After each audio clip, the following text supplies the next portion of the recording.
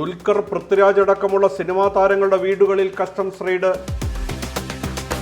കേരളത്തിൽ സ്വർണ്ണവില വീണ്ടും റെക്കോർഡിട്ടു. പവന്റെ വില 83,840 രൂപയായി. പാരസെറ്റാമോൾ ഓട്ടിസത്തിന് കാരണമാവുന്നുവെന്ന് ട്രംപ്. ഇതൊന്നും വിശ്വസനീയമായ ശാസ്ത്രമല്ലെന്ന് മരുന്ന് കമ്പനികൾ. കെ സുധാകരൻ എംപിയുടെ ഭാര്യ ഡിജിറ്റൽ അറസ്റ്റ് സൈബർ തട്ടിപ്പിൽ കുടുങ്ങി. നഷ്ടമായത് 14 ലക്ഷം രൂപ. തിരിച്ചു പിടിച്ചു. പേമാരി, കൊൽക്കത്ത നഗരം വെള്ളത്തിനടിയിൽ. 7 മരണം. സുധാമൂർത്തി എംപിയുടെ സ്വകാര്യ വിവരങ്ങൾ ചോർത്താൻ ശ്രമം. കേസെടുത്ത് പോലീസ്. തിരുവനന്തപുരത്ത് വിദ്യാർത്ഥികൾ തമ്മിലുണ്ടായ സംഘർഷത്തിൽ ഒരാൾക്ക് കുത്തേറ്റു. സെപ്റ്റംബറിലെ ക്ഷേമ പെൻഷൻ 25 മുതൽ 841 കോടി അനുവദിച്ചു.